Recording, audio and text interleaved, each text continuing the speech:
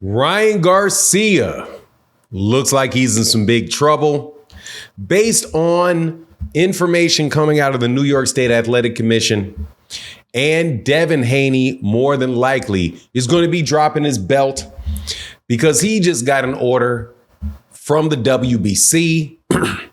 Let's talk about those two things in this video.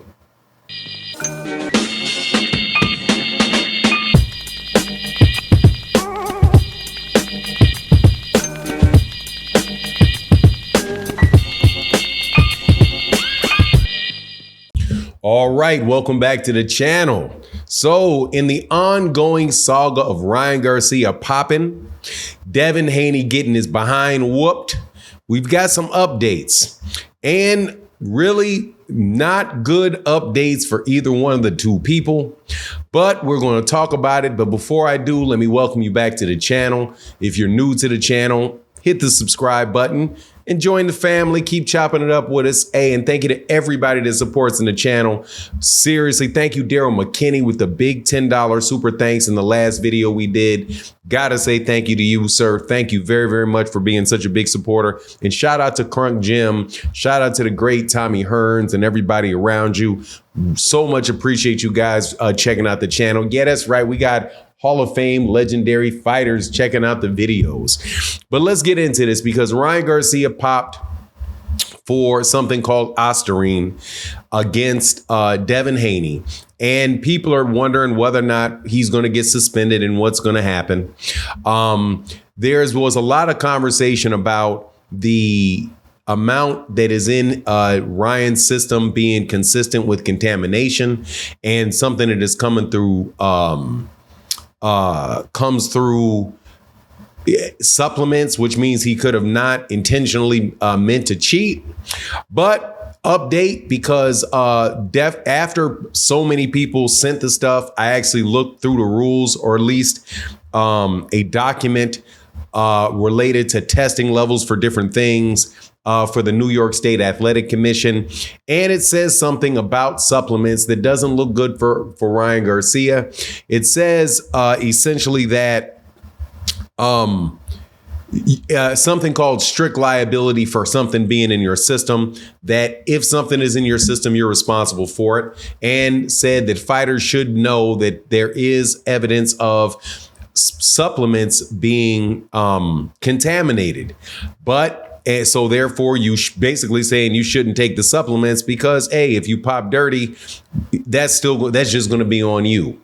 And then it says after that, it says that, you have a right to a fair hearing and that a fighter has the right to present information that would rebut the presumption of doping. So according to this document from the New York State Athletic Commission, intentional or unintentional, if it's in your system, they're going to say that's on you, and that's going to be a violation of the rules.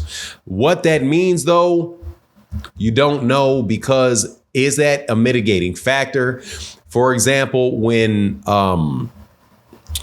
Jarrell Big Baby Miller was in New York and he had tested positive for several things, he actually served a 2-year suspension based off what came in the New York State Athletic Commission.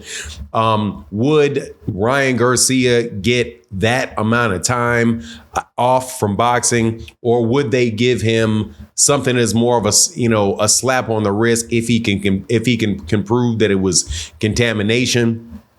Don't know. However, that is definitely an issue. Also, gotta say that as I read through the rules, Ryan Garcia was smoking the green stuff. That is also prohibited by the New York State Athletic Commission rules.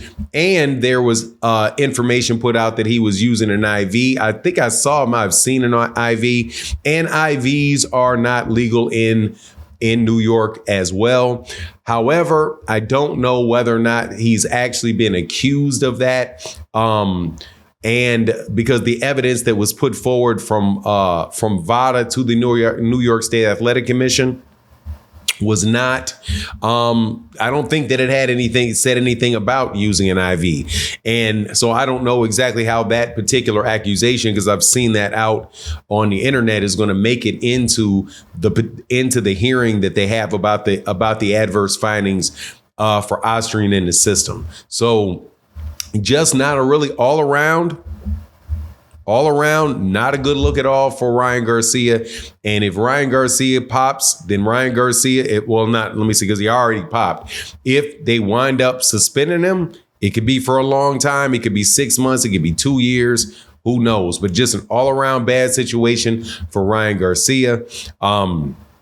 And we'll see what happens. I also think it's a bad thing for Devin Haney as well, because Devin Haney will not be able to get the run back that he deserves if he was cheated in that ring. Now, Ryan says that he wasn't going to rematch Devin. Devin said he didn't want to rematch Ryan. I think that that's something they should definitely run back if that's available. But even so, the WBC seems like they stepped into the middle of it and said, hey, we're going to order Devin Haney to fight his mandatory Sandor Martin. And that's going to be interesting to see what happens in that particular scenario, whether Devin is going to fight Sandor Martin or not, because the promoter of Sandor Martin, number one, is Bob Arum. So, and then you have Eddie Hearn, who represents Devin Haney, who would represent Devin Haney in that particular fight. And Eddie Hearn said that he's not interested in paying any real amount of money for Devin Haney to fight Sandor Martin.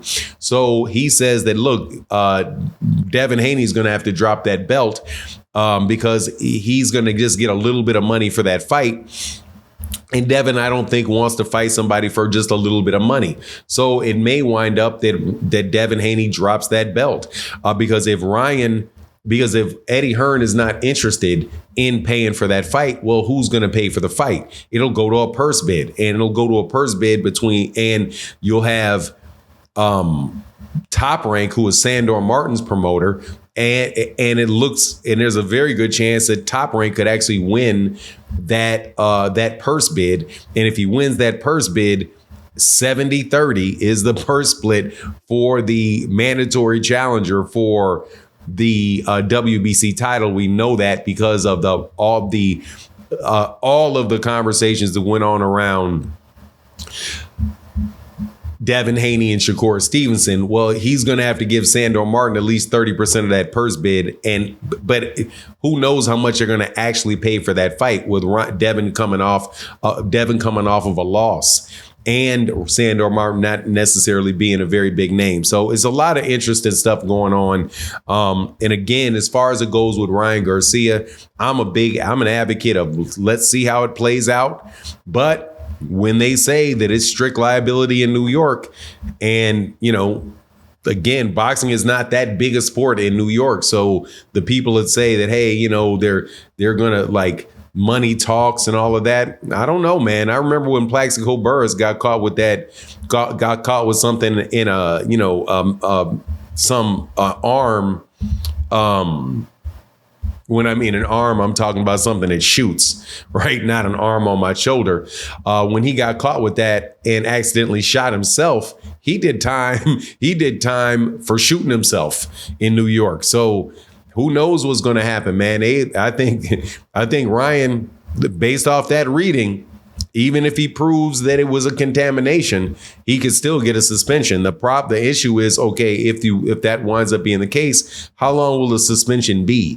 Because if it's still a violation of the rules. And I got to tell you, though, man, I would say this for anybody, I don't think that's fair. If it is a contamination and there's no benefit that came from it, I don't think that it is. Well, I don't know. In one sense, it is, because you want people to really focus on making sure that that's not in your system at all.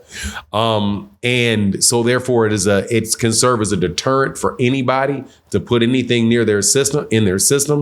But at the same time, if it's so minute and they can prove that it was accidental, it's tough luck for the guy that gets caught out there, I guess. But anyway, that's my take on the matter. Please let me know what you think in the comment section. And with that, I'm out. Deuces.